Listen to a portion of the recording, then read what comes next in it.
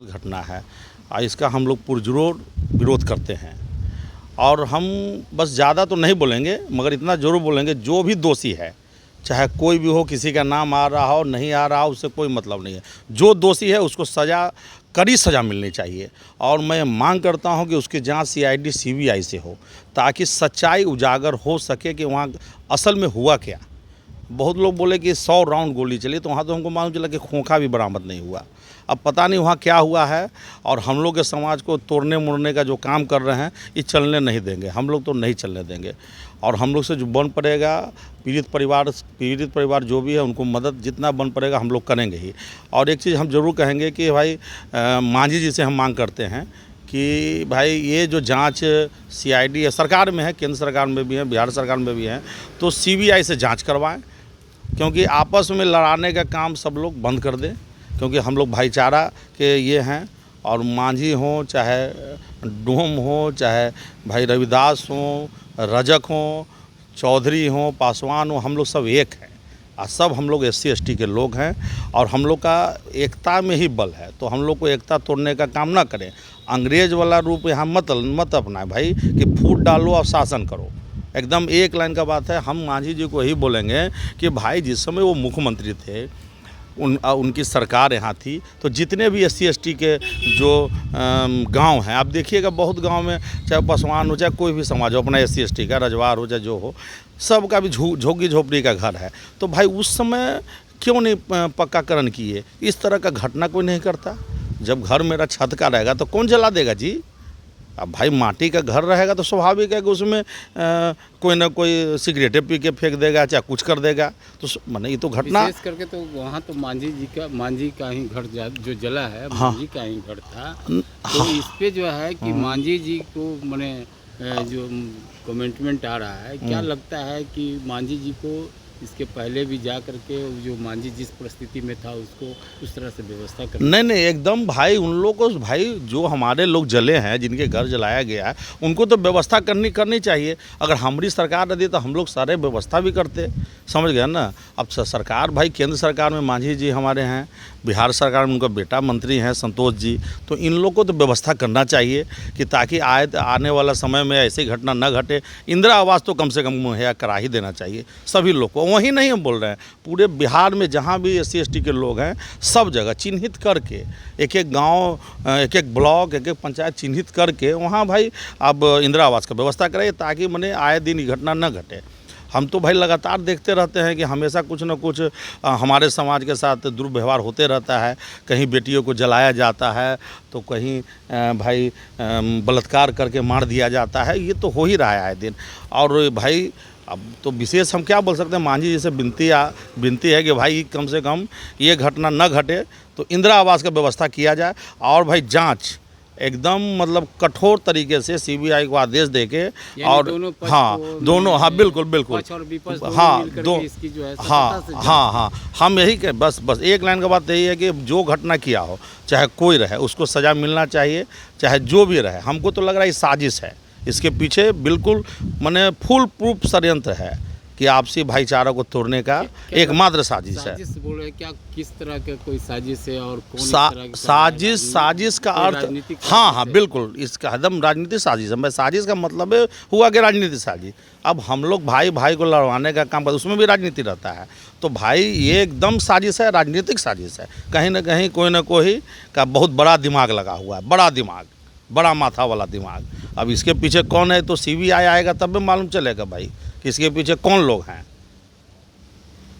चलिए, अभी मैं बात कर रहा था राष्ट्रीय चूहरमा मेला का जो है राष्ट्रीय अध्यक्ष हैं दिनेश पासवान जी। इन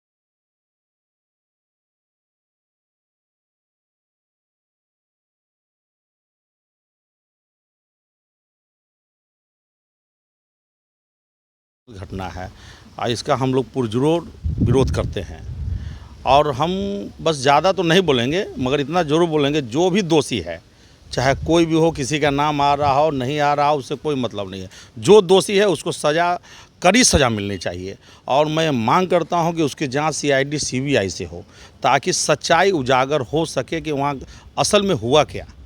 बहुत लोग बोले कि 100 राउंड गोली चली, तो वहाँ तो हमको मालूम चला कि खोखा भी बरामद नहीं हुआ।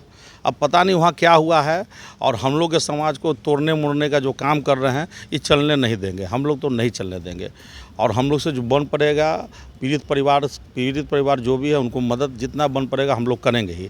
और एक चीज़ हम ज़रूर कहेंगे कि भाई मांझी जी से हम मांग करते हैं कि भाई ये जो जांच सीआईडी है, सरकार में है, केंद्र सरकार में भी है, बिहार सरकार में भी है, तो सीबीआई से जांच करवाएं क्योंकि आपस में लड़ाने का काम सब लोग बंद कर दें क्योंकि हम लोग भाईचारा के ये हैं।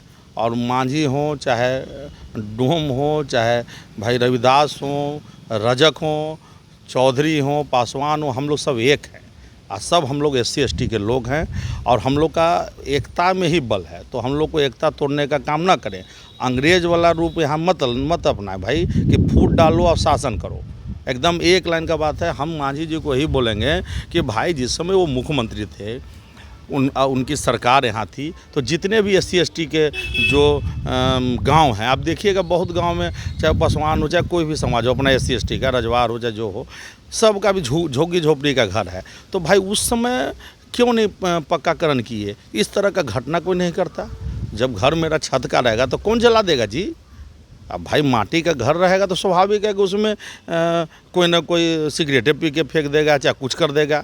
तो माने ये तो घटना विशेष करके तो वहाँ तो मांझी का ही घर जो जला है, हाँ, मांझी का ही घर था। तो इस पे जो है कि मांझी जी को माने जो कमेंटमेंट आ रहा है, क्या लगता है कि मांझी जी को इसके पहले भी जा करके जो मांझी जिस परिस्थिति में था उसको उस तरह से व्यवस्था कर? नहीं एकदम भाई उन लोगों को भाई जो हमारे लोग जले हैं जिनके घर जलाया गया है उनको तो व्यवस्था करनी चाहिए। अगर हमारी सरकार रहती तो हम लोग सारे व्यवस्था भी करते, समझ गए ना। अब सरकार भाई केंद्र सरकार में मांझी जी हमारे हैं, बिहार सरकार में उनका बेटा मंत्री हैं संतोष जी, तो इन लोग को तो व्यवस्था करना चाहिए कि ताकि आने वाला समय में ऐसी घटना न घटे। इंदिरा आवास तो कम से कम मुहैया करा ही देना चाहिए सभी लोग को। वहीं नहीं हम बोल रहे हैं, पूरे बिहार में जहाँ भी SC ST के लोग हैं सब जगह चिन्हित करके एक एक गांव, एक एक ब्लॉक, एक एक पंचायत चिन्हित करके वहाँ भाई अब इंदिरा आवास का व्यवस्था करें ताकि मने आए दिन ये घटना न घटे। हम तो भाई लगातार देखते रहते हैं कि हमेशा कुछ न कुछ हमारे समाज के साथ दुर्व्यवहार होते रहता है। कहीं बेटियों को जलाया जाता है तो कहीं भाई बलात्कार करके मार दिया जाता है, ये तो हो ही रहा है आए दिन। और भाई अब तो विशेष हम क्या बोल सकते हैं, मांझी जी से विनती है कि भाई कम से कम ये घटना न घटे तो इंदिरा आवास का व्यवस्था किया जाए और भाई जांच एकदम मतलब कठोर तरीके से सीबीआई को आदेश देके और दोनों बिल्कुल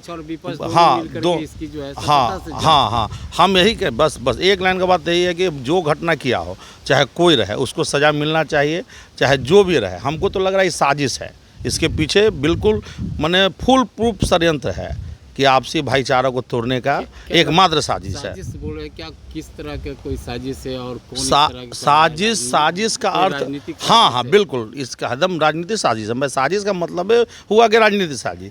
अब हम लोग भाई को लड़वाने का काम करते उसमें भी राजनीति रहता है, तो भाई ये एकदम साजिश है, राजनीतिक साजिश है। कहीं ना कहीं कोई ना कोई का बहुत बड़ा दिमाग लगा हुआ है, बड़ा दिमाग, बड़ा माथा वाला दिमाग।